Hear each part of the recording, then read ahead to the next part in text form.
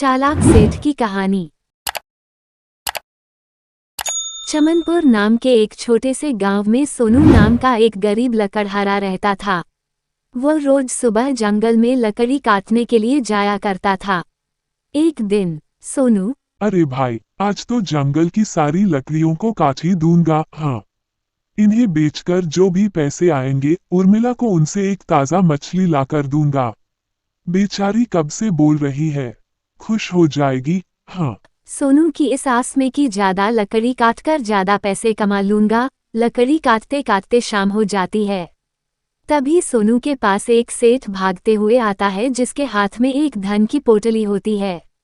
सेठ, अरे भाई, मुझे जल्दी से कहीं छुपा दो, मेरे पीछे कुछ लुटेरे डाकू पड़े हैं, जल्दी करो। सोनू, सेठ जी, आप चिंता मत कीजिए, जल्दी से उस बड़े पेड़ के पीछे छुप जाइए। सेठ पेड़ के पीछे छुप जाता है। तभी वहां 4 लुटेरे डाकू आ जाते हैं। डाकुओं का सरदार, क्यों रे, क्या तूने यहाँ किसी सेठ को भागते हुए देखा है? बता हमें। सोनू, नहीं नहीं डाकू महाराज, मैंने तो किसी भी सेठ को यहाँ से भागते हुए नहीं देखा। तभी एक डाकू जो तोतला होता है। तोतला डाकू, अले लकड़हारे, तुम तो थत बोल रहे हो ना। उस सेठ के हाथों में एक दन की तोतली भी थी। अगर तूने हमें धूत बोला तो तुम्हारी खैर नहीं, समझे तुम। हम लुटेरे दातू हैं, लुटेरे दातू हैं। सोनू, डाकू भाई, जरा धीरे धीरे बोलोगे तो समझ में आ जाएगा। मुंह से सुपारी थूक दो ना। उद्धरण चिन्ह। तोतला डाकू, साले, मेला मजाक बनाता है। तू लुक, मैं अभी बताता हूँ तेले को। जल्दी से उस्ताद को थेत का पता बता। उद्धरण। चिन्ह। सोनू, नहीं नहीं डाकू महाराज, मैं सच बोल रहा हूँ। मैंने यहाँ से किसी भी सेठ को भागते हुए नहीं देखा है जिनके हाथों में धन की पोटली हो। लगता है आप जिस सेठ की बात कर रहे हैं वो किसी और दिशा में चला गया होगा। उद्धरण चिन्ह। तोतला डाकू, उस्ताद, लगता है ये लतलहारा ठीक बोल रहा है। वो थे दलूल दूतली दिशा में गया होगा। तलो यहाँ थे। सरदार, अच्छा ठीक है, चलो फिर यहाँ से। वह सेठ बचकर जाना नहीं चाहिए, हमें उसकी धन की पोटली चाहिए। जिसके बाद सभी डाकू वहां से चले जाते हैं। तभी सेठ पेड़ के पीछे से निकल कर आता है। सेठ, तुम्हारा बहुत बहुत धन्यवाद भाई, आज तो तुमने मुझे बाल बाल बचा लिया। सोनू, लेकिन सेठ जी, आप उन लुटेरों से इस तरह भाग क्यों रहे थे और वो डाकू आपके ही पीछे क्यों पड़े हैं? सेठ, अरे भाई, मैं दूसरे गांव का एक सुनार हूँ। आज मेरी दुकान पर कुछ लुटेरे डाकुओं ने मेरा धन लूटने के लिए हमला कर दिया। बड़ी मुश्किल से मैं अपनी जान बचाकर भागा और जितना भी धन मेरे पास था सब इस पोटली में बांध लिया और भागते भागते जंगल में आ गया। लुटेरे डाकू भी मेरा पीछा करते करते यहाँ तक आ गए। वो मुझसे मेरे धन की पोटली छीनना चाहते हैं। सोनू, सेठ जी, वो डाकू आपको ही क्यों ढूंढ रहे हैं? यहाँ आपका ज्यादा समय तक रुकना ठीक नहीं होगा। आप मेरे साथ मेरे घर चलिए। जिसके बाद वह सेठ सोनू के साथ उसके घर जाता है।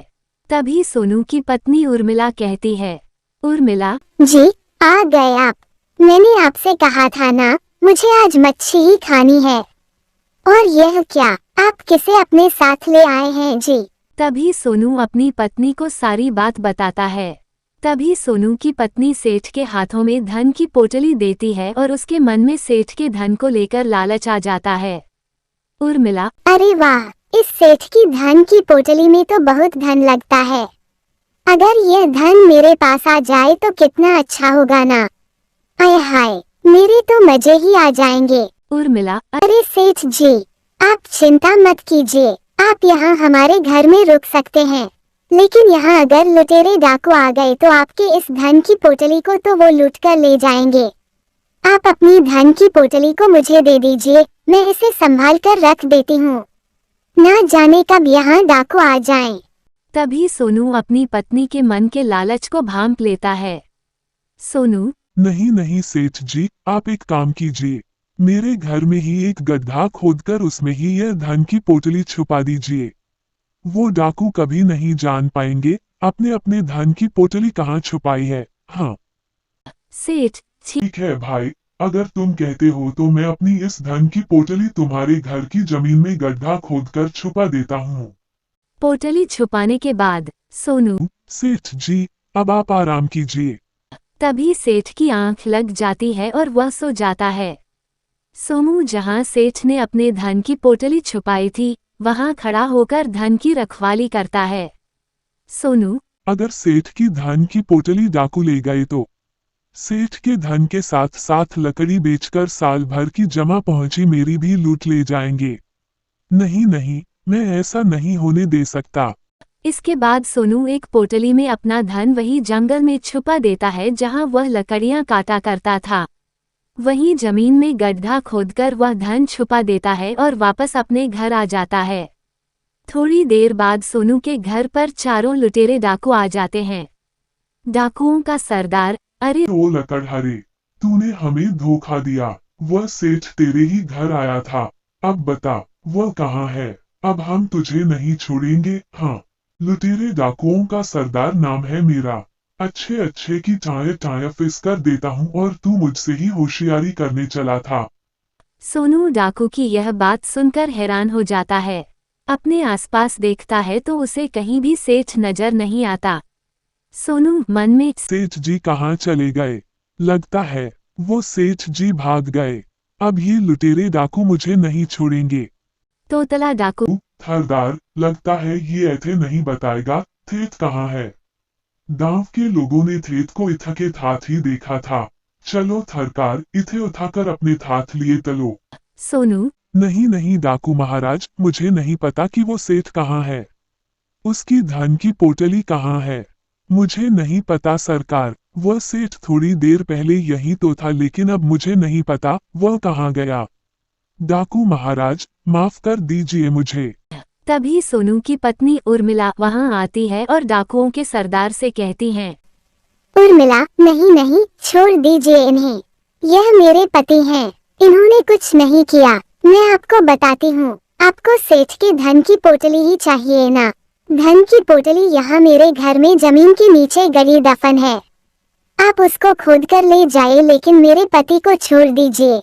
तोतला डाकू, अच्छा तो थेत ने धन की पोटली यहाँ छुपाई है।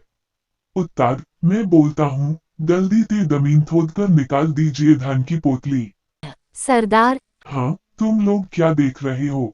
जल्दी से जमीन खोदो। उद्धरण चिन्ह। तभी वो लुटेरे डाकू सोनू के घर में जमीन खोदना शुरू कर देता है, लेकिन काफी देर तक उन्हें कोई भी धन की पोटली नहीं मिलती। सरदार, अरे, यहाँ तो कुछ नहीं है। आखिर कहाँ गई धन की पोटली? तुम दोनों मेरे साथ मजाक कर रहे हो। तुम दोनों उस सेठ का धन अकेले ही हड़पना चाहते हो। हम लुटेरे डाकू हैं। हमारे साथ होशियारी करते हो। तोतला डाकू, अले सरदार, ये दोनों पति पत्नी हमारे साथ मजाक के मूड में नजर आते हैं। इन्हें नहीं पता हम कोई मामूली डाकू नहीं है, हम लुटेरे डाकू है। तोतला डाकू, देखो, तुम दोनों सीधे सीधे बता दो कहाँ छुपा रखा है थेत का धन, वरना तुम दोनों अपनी दान से हाथ धो बैठोगे। तभी वहां पर सेठ आ जाता है। सेठ को देखकर सोनू और उसकी पत्नी हैरान रह जाते हैं। तोतला डाकू, अच्छा हुआ थेत दो तुम यहाँ आ गए, वरना हमारे उत्ताद तुम्हें कहीं ते भी ढूंढ निकालते। सेठ, डाकू महाराज, आप इन दोनों मासूम पति पत्नी को छोड़ दीजिए। उन्हें नहीं मालूम कि मैंने अपना धन कहाँ छुपाया है। जब सोनू की आंख लग गई थी तो मैं खुद ही उठकर अपने धन की रखवाली करने लगा। उसी समय मैंने तुम्हें आता देख लिया, इसलिए मैं अपने धन की पोटली उठाकर वहां से भाग गया। तुम चलो मेरे साथ डाकू महाराज, मैं आपको अपने धन की पोटली देता हूँ, लेकिन सोनू और उसकी पत्नी को छोड़ दो। इसके बाद सेठ और सोनू उन चारों डाकुओं के साथ उस जंगल में जाते हैं जहां सोनू लकड़ी काटा करता था। तोतला डाकू, थेत थत थत बता, कहाँ छुपाया है अपना धन? जल्दी बता, दिमाग की थोती मत कर, बता रहा हूँ। सेठ, डाकू महाराज, मैंने अपने धन की पोटली यहाँ जंगल में जमीन के नीचे छुपा दी थी। तुम मेरे धन की पोटली निकाल कर ले जाओ। सोनू सेठ की यह बात सुनकर बहुत हैरान रह जाता है, क्योंकि यह तो वही जगह है जहां पर सोनू ने अपना धन छुपाया था। सरदार, अच्छा, हमसे होशियारी करता है। हम लुटेरे डाकू हैं, हाँ सेठ, अब देख हम तेरा सारा धन ले जाएंगे, हा हा हा। तभी डाकू जंगल में जमीन खोदकर वह धन की पोटली निकालते हैं। सोनू ये देखकर हैरान रह जाता है, क्योंकि वह तो सोनू की ही धन की पोटली थी। सोनू मन में, हे भगवान, ये तो मेरी ही वर्षों की मेहनत से जमा किया हुआ धन था, लेकिन सेठ इसे अपना धन क्यों बता रहा है। हे भगवान, अब मैं क्या करूंगा, इस सेठ ने तो मेरे साथ धोखा किया है। हाय हाय, अब तो मेरे पास कुछ भी नहीं बचेगा। तोतला डाकू, अरे वाह वाह, हमें तो माल मिल गया। देखो थरकार, ये रहा खेत का धन। सरदार, हाँ, अब चलो यहाँ से। ये धन तो हमारे लिए काफी पर्याप्त है।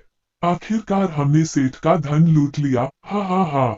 इसके बाद वो डाकू वहां से सेठ की धन की पोटली लेकर वहां से चले जाते हैं। सोनू, सेठ जी, आपने ऐसा क्यों किया? आपने अपना धन ना देकर उन लुटेरे डाकुओं को मेरी मेहनत से जमा की हुई पोटली को ले जाने दिया और अपना काफी धन ना जाने कहाँ छुपा दिया। यह आपने अच्छा नहीं किया सेठ जी। अब मैं क्या करूंगा? सेठ, अरे अरे सोनू, तुम दुखी मत हो, मैंने तुम्हारे साथ कोई अन्याय नहीं किया है। जब तुम यहाँ इस जंगल में अपना धन छुपाने आए थे, उसी वक्त मेरी आंख खुल गई और मैं तुम्हारा पीछा करता करता यहाँ आ गया था। मैंने सब देख लिया था, लेकिन जैसे ही मैं तुम्हारे घर वापस जा रहा था तो मैंने देखा कि वही लुटेरे डाकू गांव के कुछ लोगों से तुम्हारे घर का पता पूछ रहे थे। मैं जान गया था कि अब यह मुझे ढूंढते ढूंढते तुम्हारे घर ही आएंगे, इसलिए डाकुओं के तुम्हारे घर पहुंचने से पहले अपना छुपाया हुआ धन तुम्हारे घर से निकाल कर ले गया था। लेकिन मुझे मालूम था, बिना धन लिए लुटेरे डाकू वापस नहीं जाएंगे, इसलिए मैंने अपने धन की बजाय तुम्हारे धन का रास्ता उन्हें बता दिया, क्योंकि मेरा धन तुम्हारे जमा किए गए धन से कई गुना अधिक था। तभी सेठ अपने कुर्ते की जेब से धन की पोटली निकालता है और पोटली में से काफी सारे सोने चांदी के जेवर सोनू को देता है। सेठ, ये लो सोनू, तुम्हारा जो धन लुटेरे डाकू लेकर गए हैं, यह उनसे कई गुना ज्यादा है। अब तुम अच्छे से अपनी जिंदगी बिता सकते हो। ये देखकर सोनू बहुत खुश हो जाता है। सोनू, सेठ जी, मुझे माफ कर दीजिए। मैंने आपके बारे में कितना गलत सोचा। मुझे लगा आपने उन लुटेरे डाकुओं को अपना धन ना देकर मेरे धन का रास्ता उन्हें बता दिया, तो आपने मेरे साथ अन्याय किया, लेकिन आपने तो मुझे ये सोने चांदी के जेवर देखकर मेरी नया ही पार लगा दी है। हाँ, आपका बहुत बहुत धन्यवाद सेठ जी।